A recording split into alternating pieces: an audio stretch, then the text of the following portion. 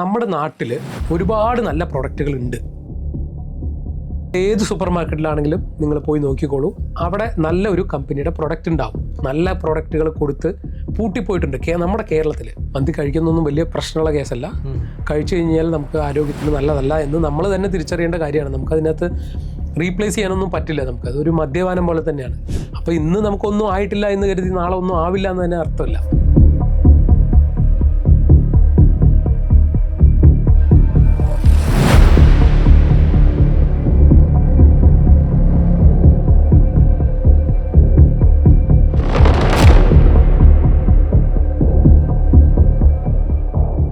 ഒക്കെ പറഞ്ഞു കഴിഞ്ഞാലും സജിൻ ഒരു ഇൻഫ്ലുവൻസറാണ്. സോഷ്യൽ മീഡിയയിൽ നന്നായിട്ട് ഇൻഫ്ലുവൻസ് ചെയ്യുന്ന ഒരാളാണ്. സ്വാഭാവികമായിട്ടും ഒരുപാട് കമ്പനീസ് പ്രൊമോഷന് വേണ്ടി കോണ്ടാക്ട് ചെയ്യാം.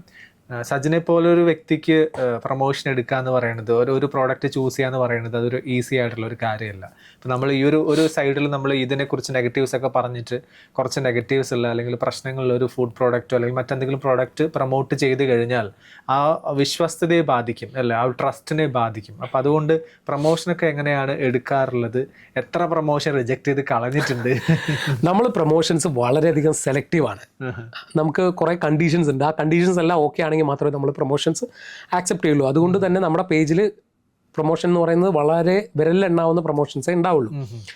നമ്മളൊരു പ്രൊഡക്റ്റ് ചൂസ് ചെയ്യുന്ന സമയത്ത് നമ്മൾ അതിൻ്റെ എന്താണ് ആ പ്രൊഡക്റ്റ് ആദ്യം നമ്മൾ വാങ്ങിച്ച് ഉപയോഗിച്ച് നോക്കി അതിനകത്ത് അഡൾട്രേഷൻ ഉണ്ടോ എന്ന് ചെക്ക് ചെയ്ത് ഉണ്ടെങ്കിൽ നമ്മൾ ടെസ്റ്റിന് കൊടുത്ത് അഡൾട്രേഷൻ ഉണ്ടെങ്കിൽ നമ്മളത് റിജക്റ്റ് ചെയ്യും. അപ്പോൾ തന്നെ റിജക്റ്റ് ചെയ്യും, നമ്മളത് ചെയ്യില്ല. പിന്നെ അതിന് ശേഷം അവരുടെ മാനുഫാക്ചറിങ് യൂണിറ്റ് പോയി വിസിറ്റ് ചെയ്യും. അവരെങ്ങനെയാണ് ആ റോ മെറ്റീരിയൽ എടുക്കുന്നത്, എങ്ങനെയാണ് അവർ മാനുഫാക്ചർ ചെയ്യുന്നത് എല്ലാം നോക്കിയതിന് ശേഷമാണ് നമ്മൾ കൊളാബ് ആക്സെപ്റ്റ് ചെയ്യുക. എന്നിട്ടാണ് നമ്മൾ വീഡിയോ ചെയ്യുള്ളൂ. മാത്രമല്ല അതിന് വേറൊരു തലം കൂടി ഉണ്ട്. കാരണം നമ്മുടെ നാട്ടിൽ ഒരുപാട് നല്ല പ്രൊഡക്റ്റുകൾ ഉണ്ട്. അവർക്ക് വേണ്ടത്ര മാർക്കറ്റിംഗ് കിട്ടുന്നില്ല, അവർക്ക് വേണ്ടത്ര പരിഗണനകൾ കിട്ടുന്നില്ല. ഇത് മറ്റുള്ളവർ കൊടുക്കാത്തത് കൊണ്ടല്ല, മൾട്ടിനാഷണൽ കമ്പനീസ് അതിനെ അനുവദിക്കാത്തത് കൊണ്ടാണ്. അത് മറ്റൊരു തലമാണ്. കാരണം നിങ്ങൾ അതിന് ചെറിയൊരു ഉദാഹരണം ഞാൻ പറയാം. നമ്മളൊരു സൂപ്പർ മാർക്കറ്റിൽ പോയി ഒരു ബേബി ഫുഡ് നമുക്ക് വാങ്ങിക്കണം, ഒരു ചെറിയ കുട്ടികൾക്ക് ബേബി ഫുഡ് വാങ്ങിക്കണം. നിങ്ങളൊരു റാക്കിൽ പോയി കഴിഞ്ഞ് കഴിഞ്ഞാൽ നിങ്ങളൊരു റാക്കിൽ ഒരു കമ്പനിയുടെ പ്രൊഡക്റ്റ് മാത്രമേ കാണുള്ളൂ. ആ കമ്പനിക്ക് 10 ബ്രാൻഡിൽ പ്രൊഡക്റ്റ് ഉണ്ടാവും. ഒരേ കമ്പനിക്ക് 10 ബ്രാൻഡിൽ പ്രൊഡക്റ്റ് ഉണ്ടാവും. ആ റാക്കിൽ ആ 10 ബ്രാൻഡിൻ്റെയും ഫില്ലായിട്ടുണ്ടാവും. ഓക്കെ, ഞാൻ ബ്രാൻഡ് വേണമെങ്കിൽ പറയാം. നെസ്ലെ എന്ന് പറയുന്നൊരു കമ്പനിക്ക് ബേബി ഫുഡ് പല കാറ്റഗറി ഉണ്ട്. സെറിഗ്രോ, സെർലാക്ക്, നാൻ പ്രോ, നാൻ ഗ്രോ, ഇത് പറയുന്ന പോലെ ഒരുപാട് പ്രൊഡക്റ്റുകളുണ്ട്. ഇതൊരു മോണോപോളി ആയിട്ട് വെച്ചുകൊണ്ടിരിക്കുന്ന ഒരു കമ്പനിയാണ്. സോ ഇവിടെ പേയ്മെൻറ്റ് ആ സൂപ്പർ മാർക്കറ്റിന് പോലും പോകുന്നുണ്ട്. ആ റാക്കിന് പേയ്മെൻറ്റ് അഡീഷണൽ പോകുന്നുണ്ട്. ആ റാക്കിൽ അവരുടെ പ്രൊഡക്റ്റ് ഫിൽ ചെയ്ത് വെക്കാൻ. ഓക്കെ, അവിടെ തന്നെ നല്ല പ്രൊഡക്റ്റ് ഉണ്ട്, നമുക്ക് കാണില്ല. നിങ്ങൾ ഏത് സൂപ്പർ മാർക്കറ്റിലാണെങ്കിലും നിങ്ങൾ പോയി നോക്കിക്കോളൂ, അവിടെ നല്ല ഒരു കമ്പനിയുടെ പ്രൊഡക്റ്റ് ഉണ്ടാവും. ആ കമ്പനിയുടെ പ്രൊഡക്റ്റ് ഒന്നില്ലെങ്കിൽ ഈ പ്രൊഡക്റ്റിൻ്റെ ബാക്കിലായിരിക്കും, അല്ലെങ്കിൽ ഏറ്റവും താഴത്തെ റാക്കിലായിരിക്കും. അതായത് നമുക്ക് ശ്രദ്ധ പോകാത്ത ഒരു സ്ഥലത്തായിരിക്കും ആ പ്രൊഡക്റ്റ് ഉണ്ടാവുക. സോ ഇത് എന്തുകൊണ്ടാണെന്ന് വെച്ച് കഴിഞ്ഞാൽ ഈ കമ്പനികൾ മറ്റുള്ള കമ്പനികളെ തഴയുന്നതാണ്. അങ്ങനെ ഒരുപാട് കമ്പനികൾ നിങ്ങൾ ജസ്റ്റ് ഒന്ന് റിസർച്ച് ചെയ്ത് കഴിഞ്ഞാൽ ഒരുപാട് കമ്പനികൾ ഇവിടെ പൂട്ടിപ്പോയിട്ടുണ്ട്. നല്ല പ്രൊഡക്റ്റുകൾ കൊടുത്ത് പൂട്ടിപ്പോയിട്ടുണ്ട് നമ്മുടെ കേരളത്തിൽ ഇപ്പോഴും. എന്നിട്ടും ഒരുപാട് സംരംഭകർ, ഞാൻ പല ബിസിനസ് കോൺക്ലേവിലൊക്കെ ഞാൻ പങ്കെടുക്കാറുണ്ട്. ഒരുപാട് ഓൺടർപ്രണേഴ്സ്, സ്റ്റാർട്ടപ്പുകൾ, നമ്മുടെ കൊച്ചു പിള്ളേർ നല്ല പ്രൊഡക്റ്റുകൾ കൊണ്ടുവന്നിട്ട് നമ്മൾ പരിചയപ്പെട്ടിട്ടുണ്ട്. സോ അവരെയൊക്കെ നമ്മൾ സപ്പോർട്ട് ചെയ്യണം. ആ ഒരു സപ്പോർട്ടും കൂടെ എൻ്റെ മനസ്സിലുണ്ട്. സോ അതും കൂടെ എല്ലാം നമ്മൾ പരിഗണിച്ചിട്ടാണ് നമ്മളൊരു പ്രൊഡക്റ്റ് സെലക്ട് ചെയ്യുന്നതും നമ്മൾ പ്രൊമോഷൻ ചെയ്യുന്നതും. അപ്പോൾ നമ്മൾ പ്രൊമോഷൻ ചെയ്യുമ്പോൾ അതിനകത്തുള്ള അഡൾട്രേഷനൊന്നും നമ്മൾ എല്ലാം ബോധ്യപ്പെട്ടതിന് ശേഷം മാത്രമേ നമ്മൾ ആ പ്രൊഡക്റ്റ് എടുത്ത് പ്രൊമോഷൻ ചെയ്യുള്ളൂ. ആ വിശ്വാസം, കാരണം ഇത്രയധികം നമ്മളെ വിശ്വസിക്കുന്ന ഒരുപാട് ഫോളോവേഴ്സ് ഉണ്ട്. അവരൊരിക്കലും ചതിക്കുന്ന ഒരു പരിപാടിക്ക് ഞാൻ എത്ര ലക്ഷം കിട്ടിയാലും ഞാൻ കൂട്ടി നിൽക്കില്ല. അപ്പം ആ ഒരു വിശ്വാസം നഷ്ടപ്പെടുത്തില്ല ഞാൻ. അപ്പം അതുകൊണ്ട് തന്നെ നല്ല പ്രൊഡക്റ്റ് മാത്രമേ ഞാൻ തിരഞ്ഞെടുത്ത് പ്രൊമോഷൻ ചെയ്യുള്ളൂ. ഓക്കെ, ഇതിപ്പോൾ ഈ എന്താ പറയുക, ഫുഡ് പ്രോഡക്ട്സിലൊക്കെ അഡിക്റ്റ് ആയിട്ടുള്ള ആളുകളൊക്കെ ഉണ്ടാവുമല്ലോ, ഭയങ്കര അഡിക്റ്റ്. എനിക്ക് ഈ ദിവസം ഇപ്പോൾ മന്തി കഴിക്കാതെ ജീവിക്കാൻ പറ്റില്ല, അൽഫാം കഴിക്കാതെ ജീവിക്കാൻ പറ്റില്ല, അങ്ങനെ ഒരുപാട് ഫുഡ് പ്രോഡക്ട്സ് കഴിക്കാതെ ജീവിക്കാൻ പറ്റില്ല എന്ന് പറഞ്ഞ ഒരുപാട് ആളുകളുണ്ടാവും. അപ്പോൾ അവരൊക്കെ ഒന്ന് കുറയ്ക്കാനായിട്ട് എന്താണ് ചെയ്യുക? എന്താണ് അവർക്കുള്ളൊരു പോം വഴി എന്താണ്? ഇത് ഇത് അവർ തിരിച്ചറിയേണ്ട ഒരു കാര്യം തന്നെയാണ്. ഇപ്പോൾ മന്തിയുടെ കാര്യമൊക്കെ പറയുമ്പോൾ മന്തി കഴിക്കുന്നൊന്നും വലിയ പ്രശ്നമുള്ള കേസല്ല. പക്ഷെ ഇവിടെ മന്തിയുടെയൊക്കെ പ്രശ്നങ്ങൾ എന്താ വരുന്നതെന്ന് വെച്ച് കഴിഞ്ഞാൽ, ഇപ്പോൾ ഹോട്ടൽസിൽ ഇപ്പോൾ ഇന്ന് വെച്ച ചിക്കൻ ചിലപ്പോൾ അവർക്ക് ബാക്കി വന്നാൽ അവരത് കളയില്ല, അത് ഫ്രീസ് ചെയ്യും. ഫ്രീസ് ചെയ്തിട്ട് നാളെ അത് നമുക്ക് തരും, ചൂടാക്കി തരും. ചിലപ്പോൾ ഇതിൻ്റെ ടെക്സ്ചർ മാറാൻ സാധ്യതയുണ്ട്. ചിക്കൻ്റെ ടെക്സ്ചർ മാറും, അല്ലെങ്കിൽ ആ മയോണൈസിൻ്റെ ടെക്സ്ചർ മാറും, അതിൽ ബാക്ടീരിയാസ് ഫോം ചെയ്യും. അവിടെയാണ് നമുക്ക് പ്രശ്നങ്ങൾ വരുന്നത്. ഇപ്പോൾ ഉണ്ടാക്കിയൊരു മന്തി നിങ്ങൾ കഴിക്കുന്നതുകൊണ്ട് ഒരു പ്രശ്നമില്ല, ആ സാധനം നല്ല രീതിയിൽ നമുക്ക് കൺസ്യൂം ചെയ്യാം. പക്ഷെ അത് റെഗുലറായിട്ട് കൺസ്യൂം ചെയ്യാനും പാടില്ല. അപ്പോൾ ഇവിടെ ഈ ഹോട്ടൽസിലൊക്കെ ഈ പ്രശ്നങ്ങൾ വരുന്നത് ഈ എടുത്തു വെച്ച് പിറ്റേ ദിവസം കൊടുക്കുന്നതും പഴകിയ ഭക്ഷണങ്ങൾ കൊടുക്കുന്നതാണ് പ്രശ്നങ്ങൾ വരുന്നത്. അപ്പം നമ്മൾ തന്നെ തിരിച്ചറിയേണ്ട ഒരു കാര്യമാണ്. ഇത് കഴിച്ചു കഴിഞ്ഞാൽ നമുക്ക് ആരോഗ്യത്തിന് നല്ലതല്ല എന്ന് നമ്മൾ തന്നെ തിരിച്ചറിയേണ്ട കാര്യമാണ്. നമുക്കതിനകത്ത് റീപ്ലേസ് ചെയ്യാനൊന്നും പറ്റില്ല. നമുക്കതൊരു മദ്യപാനം പോലെ തന്നെയാണ്. നമുക്കൊരു ദിവസം കഴിക്കാൻ പറ്റിയില്ലെങ്കിൽ അയ്യോ കഴിച്ചില്ലല്ലോ, എനിക്ക് എന്തെങ്കിലും വേണമെന്നുള്ളൊരു ചിന്തയുണ്ടല്ലോ, അത് നമ്മൾ തന്നെ തിരിച്ചറിഞ്ഞ് മാറ്റേണ്ടത് തന്നെയാണ്. അപ്പം അത് സ്വയം തിരിച്ചറിയേണ്ട കാര്യമാണ്. ഒന്നും ചെയ്യാൻ പറ്റില്ല. അടുത്തൊരു കാര്യം, ഒരു പേഴ്സണൽ കാര്യമാണെന്ന്, സജിൻ്റെ വീട്ടിൽ വാങ്ങിക്കാത്ത 10 ഫുഡ് പ്രോഡക്ട്സ് വാങ്ങിക്കാത്ത അറിവാണ്. വേറെ ഒന്നും പറയണ്ട, 10 ഫുഡ് പ്രോഡക്ട്സ് ആണ്. അല്ല, അങ്ങനെ പെർട്ടിക്കുലർലി ഞാൻ പ്രോസസ്ഡ് പാക്കേജ് ഫുഡ് പൊതുവേ വീട്ടിൽ വാങ്ങിക്കാറില്ല. എന്നാലും പേരൊക്കെ പറയുകയാണെങ്കിൽ എന്തൊക്കെയായിരിക്കും? ഇല്ല, ഈ പറയുന്ന ലേസും ബിസ്ക്കറ്റ്സും ക്രീം ബിസ്ക്കറ്റ്സ് ഞാൻ വാങ്ങിക്കാറില്ല. ലേസ് വാങ്ങിക്കാറേ ഇല്ല. ലേസിൽ നല്ല ലേസ് ഉണ്ട് കേട്ടോ. അതായത് അതിൻ്റെ ഓയിൽസ് നമ്മുടെ അവിടെ ഉപയോഗിക്കുന്ന എല്ലാം പാം ഓയിൽസ് ആണ് യൂസ് ചെയ്യുന്നത്. അല്ലാതെ ബ്രാൺ ഓയിൽ യൂസ് ചെയ്യുന്ന ഉണ്ട്, അത് കുറച്ച് കോസ്റ്റ്ലിയാണ്. 2 കാറ്റഗറി ഇവിടെ ഉണ്ട് നിലവിൽ, നമുക്ക് ആർക്കും അറിയില്ല അത്. സോ അത് നമുക്ക് എപ്പോഴെങ്കിലും കൺസ്യൂം ചെയ്യാം. പക്ഷേ ഞാൻ റോസ്റ്റ് പാക്കേജ് ഫുഡ്, ഈ പറയുന്ന ചിപ്സ്, ക്രീം ബിസ്ക്കറ്റ്സ്, അതുപോലെ തന്നെ പിന്നെന്താ പറയുക, കേക്ക്സ്, അതായത് നോർമൽ ഫ്രഷ് കേക്ക് അല്ല, അല്ലാതെ ഉള്ള കേക്ക്സ്, അതായത് പാക്ക് ചെയ്ത് വരുന്ന കേക്ക്സ്, അങ്ങനെയൊന്നും അതൊന്നും വാങ്ങിക്കാറില്ല. പൊതുവെ പാക്കേജ് ഫുഡ് വളരെയധികം കുറവാണ് വീട്ടിൽ വാങ്ങിക്കുന്നത്. ഓക്കെ, ഇതിപ്പോൾ നമ്മൾ കമ്പനികളുടെ ബ്രാൻഡുകളുടെ കാര്യം പറഞ്ഞു. ഇപ്പോൾ ബ്രാൻഡുകളല്ലാതെ ലോക്കലി ഈ കുടിൽ വ്യവസായമൊക്കെ ചെയ്യുന്ന ഒരുപാട് ആളുകളുണ്ടല്ലേ. ഇപ്പം മുറുക്ക്, മിക്സ്ചർ, ചിപ്സ് എന്ന് പറഞ്ഞ പോലെ ഒരുപാട് ചെയ്യുന്നുണ്ട്. അവിടെയും ഈ വില്ലന്മാരൊക്കെ ഒളിഞ്ഞു കിടപ്പുണ്ട്. ചിലപ്പോൾ അത് ഉണ്ടാക്കുന്നവർക്ക് പോലും അത് അറിയണമെന്നില്ല. അത് ഇത് നല്ലതാണ്, ഇത് ഇവിടെ അടുത്തുണ്ടാക്കിയതാണ്, അതുകൊണ്ട് ഒരു കുഴപ്പമില്ല എന്നൊക്കെ പറയുന്ന ആളുകളൊക്കെ കണ്ടിട്ടുണ്ട്. അത് എത്രത്തോളം ഡേഞ്ചറാണ്? അല്ല, ഇതിൽ ഈ മുറുക്കും ചിപ്സൊക്കെ അതിൽ ഏറ്റവും വലിയ പ്രശ്നം എന്ന് പറയുന്നത്, അതിൽ അഡൾട്രേഷൻ അധികം നടക്കുന്നത് അതിൻ്റെ ഓയിലിലാണ്. അത് ഫ്രൈ ചെയ്യുന്ന ഓയിലിലാണ് അതിൻ്റെ ഏറ്റവും വലിയ അഡൾട്രേഷൻ നടക്കുന്നത്. അല്ലാതെ ഇതിനകത്ത് അരിപ്പൊടിയോ അല്ലെങ്കിൽ കടലമാവോ ഇതൊക്കെ ചേർത്തിട്ടാണല്ലോ ഈ പക്കോടയും മിക്സർ എല്ലാം ഉണ്ടാക്കുന്നത്. സോ ഇത് ഫ്രൈ ചെയ്യുന്ന ഓയിലാണ് അഡൾട്രേഷൻ നടക്കുന്നത്. ഈവൻ എല്ലാ കൊമേഴ്ഷ്യൽസും പാം ഓയിലാണ് കുക്ക് ചെയ്യുക. പാം ഓയിലിൽ 1 ടൈം കുക്ക് ചെയ്ത് കഴിഞ്ഞാൽ പ്രശ്നമല്ല. 1 ടൈം നമ്മൾ കുക്ക് ചെയ്ത് കഴിഞ്ഞാൽ അത് പ്രശ്നമല്ല. വീണ്ടും വീണ്ടും കുക്ക് ചെയ്ത് കഴിഞ്ഞാൽ അതിനകത്ത് സാച്ചുറേറ്റഡ് ഫാറ്റ് കൂടുതലാവും. അപ്പോൾ അതിനകത്ത് ഫാറ്റ് ഭയങ്കര ഡേഞ്ചറാണ്. പിന്നെ ഈ പഴയ ഓയിൽ തന്നെയാണ് പുതിയ ഓയിൽ മിക്സ് ചെയ്തിട്ട് ഫ്രൈ ചെയ്യുന്നത്. അപ്പോൾ ഈ പുതിയ ഓയിലും കേടാവും. ഇപ്പോൾ ഇതാണ് ഇതിനകത്ത് ഡേഞ്ചറായിട്ട് വരുന്നത്. ഈ ചിപ്സിലും പക്കോടയിലൊക്കെ ഡേഞ്ചറായിട്ട് വരുന്നത്. അതുകൊണ്ടാണ് ഈ ഫ്രൈഡ് ഐറ്റം കൂടുതൽ കഴിക്കാൻ പാടില്ല എന്ന് ഡോക്ടേഴ്സൊക്കെ പറയുന്നത്. അത് ഏത് ഓയിലാണ് പ്രിപ്പയർ ചെയ്തിട്ടുള്ളതെന്നുള്ളത് നമുക്കറിയില്ല. അത് ഉണ്ടാക്കിയ ആൾക്കേ അറിയുള്ളൂ. ചിലപ്പോൾ ഉണ്ടാക്കിയ ആൾക്കും അറിയില്ല. അവനത് പൊട്ടിച്ചിങ്ങനെ ഉപയോഗിച്ചുകൊണ്ടേയിരിക്കും. കാരണം അവനെ സംബന്ധിച്ചിടത്തോളം അതിൽ കെയർ കൊടുക്കേണ്ട കാര്യമില്ല. അവൻ ഓയിലാണോ യൂസ് ചെയ്യുന്നത്, അവൻ്റെ കൊമേഴ്ഷ്യൽ, അവൻ്റെ ലാഭം കൂടെ അവൻ നോക്കിയിട്ടാണത് ചെയ്യുന്നത്. അതാണ് ഈ കൊമേഴ്ഷ്യൽസ് ചെയ്യുന്ന സമയത്ത് അവൻ ലാഭത്തിന് വേണ്ടി മേ ബി ആ ഓയിലിൽ വേറെ ഏതെങ്കിലും ഓയിൽ മിക്സ് ചെയ്തിട്ടുണ്ടാവും. ഇപ്പോൾ ഈ അടുത്തൊക്കെ കണ്ടിട്ടുണ്ടാവും എന്നറിയില്ല, ചിപ്സ് വർക്ക് ചെയ്യുമ്പോൾ അതിനകത്ത് പ്ലാസ്റ്റിക് ഇടുന്നത് കണ്ടിട്ടുണ്ട്. ഒരു റീസെൻ്റ് ഒരു 1.5 വർഷം മുമ്പൊക്കെ പല ചിപ്സ് ഔട്ട്ലെറ്റുകളിൽ, എല്ലാവരും അല്ല ഞാൻ പറയുന്നത്, പല ചിപ്സ് ഔട്ട്ലെറ്റുകളിലും വറുക്കുന്ന സമയത്ത് പ്ലാസ്റ്റിക് യൂസ് ചെയ്യും. പ്ലാസ്റ്റിക് അതിനകത്തിടും, ആ എണ്ണയിലിടും. ആ എണ്ണയിലിട്ട് ചിപ്സ് എടുത്തു കഴിഞ്ഞാൽ ആ ചിപ്സുകൾക്ക് ഭയങ്കര ഷൈനിങ് ആയിരിക്കും. അതിനകത്ത് കോട്ട് വരും, ഭയങ്കര ഷൈനിങ് ആയിരിക്കും. അത് ഭയങ്കര നമുക്ക് കാണാൻ വളരെയധികം ഭംഗിയായിരിക്കും. അപ്പോൾ നമുക്ക് അത് കാണുമ്പോൾ തന്നെ നമുക്ക് അട്രാക്റ്റീവായിട്ട് നമുക്ക് തോന്നും, വാങ്ങിക്കും. അപ്പോൾ അത് കുറേ എണ്ണം പിടിച്ചിട്ടുണ്ട്. സോ ഇതൊക്കെയാണ് ഇതിനകത്ത് അഡൾട്രേഷൻസ് വരിക. അപ്പോൾ നമുക്കറിയില്ല എങ്ങനെയാണെന്നുള്ളത്. അപ്പോൾ പൊതുവേ പുറത്തുനിന്ന് വാങ്ങിക്കുന്നത് ട്രസ്റ്റഡ് ആയിട്ടുള്ള ഏതെങ്കിലും ഒരു മാനുഫാക്ചർ ചെയ്യുന്നതാണെന്നുണ്ടെങ്കിൽ നമുക്ക് വാങ്ങിക്കാം. അപ്പം അല്ലാത്ത പക്ഷം നമുക്കറിയില്ല. ഈ പല വൻകിട ഫുഡ് പ്രോഡക്ട്സും കൂൾ ഡ്രിങ്ക്സും ഒക്കെ ഇന്ത്യയിലെ രുചി ആയിരിക്കില്ല മറ്റ് വിദേശ രാജ്യങ്ങളിൽ, വേറെ രുചി ആയിരിക്കും.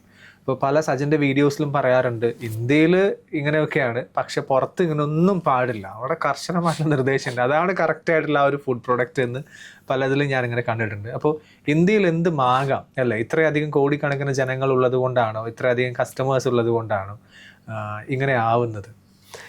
അതല്ല, അത് ഓരോ രാജ്യത്ത് രണ്ട് കാര്യങ്ങളാണ് ഇതിനകത്തുള്ളത്. ഇപ്പോൾ ഈ സോഫ്റ്റ് ഡ്രിങ്ക്സിൻ്റെ കാര്യം പറയുമ്പോൾ ഞാൻ പറയുന്നതാണ്, സോഫ്റ്റ് ഡ്രിങ്ക്സിൽ എല്ലാ രാജ്യങ്ങളിലും ഓരോ കോഡക്സ് സ്റ്റാൻഡേർഡ്സ് ഉണ്ട്. ആ കോഡക്സ് സ്റ്റാൻഡേർഡിനനുസരിച്ചിട്ടാണ് ഈ പറയുന്ന ഇൻഗ്രീഡിയൻസ് എല്ലാം അതിനകത്ത് പോവുക.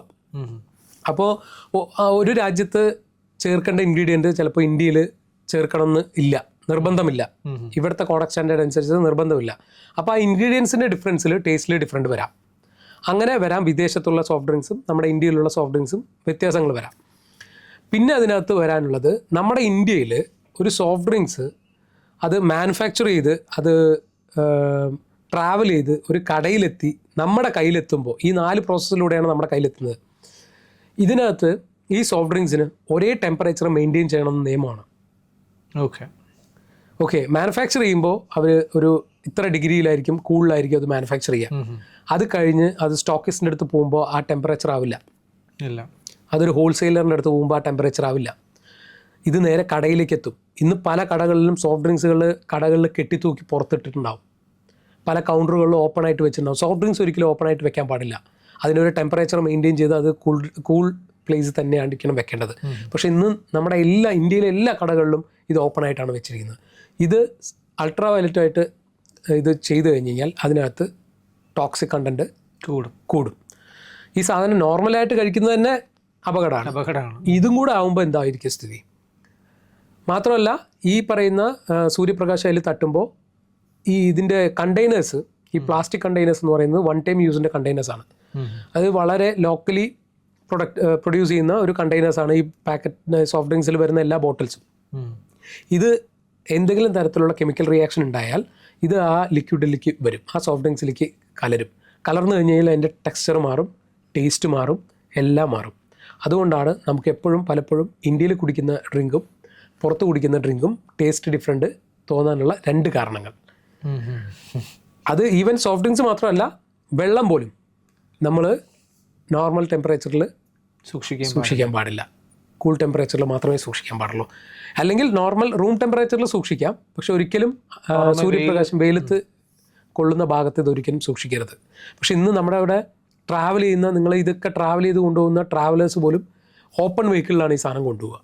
അല്ല, അവരെ പറഞ്ഞിട്ട് അവർക്ക് അറിയില്ല അല്ലേ?